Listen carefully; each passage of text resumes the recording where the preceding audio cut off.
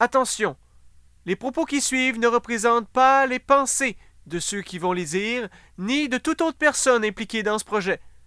Ou peut-être que oui. Nous préférons vous en avertir.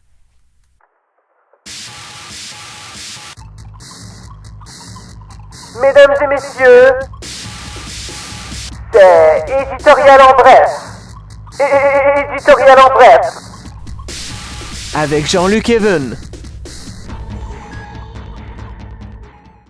Ici Jean-Luc Even. Bienvenue à Éditorial en bref. Là, je vais répéter le concept du show comme si j'animais un quiz.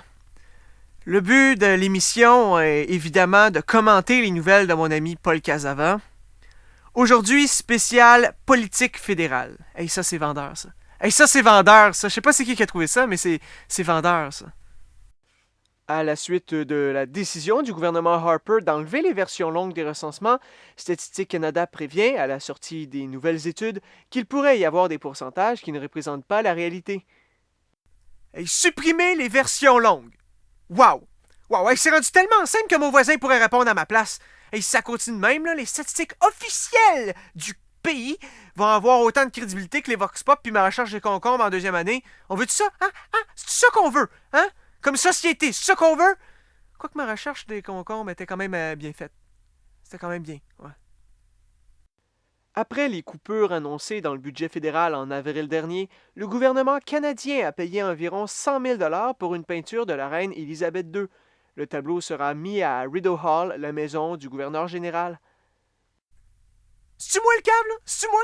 Dites-moi là. Attends, il y a quelque chose que je comprends pas, là. On fait des coupures massives, puis on achète un beau petit tableau de la reine Élisabeth II à 100 000 $. Hey! Hey, là, je t'ai ému, là. Hey, gars, t'aimes la reine? Ben correct. Je te jugerai presque pas. Mais est-ce que moi, je te demande des crédits d'impôt pour acheter des posters de José Théodore et des bobbleheads des participants d'Occupation Double pour mettre dans ta chambre? Non! OK? Fait que la prochaine fois, tu prendras ton argent, hein, ou tu mettras sur ta liste de Noël, mais prends pas l'argent du pays. OK? Le premier ministre du Canada, Stephen Harper, n'est pas allé à l'Assemblée générale des Nations unies à New York. Il a plutôt envoyé son ministre des Affaires étrangères, John Baird.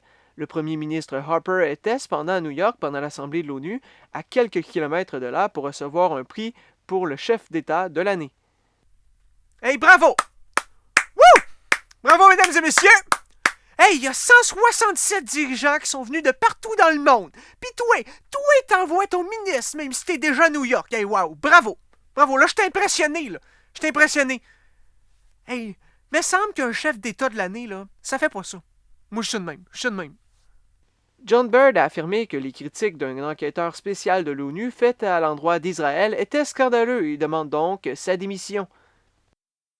John, mon beau petit John, faut que je te dise de quoi. Viens, si je là maintenant que je vais dire de quoi. Écoute, je vais te parler des scandales, OK?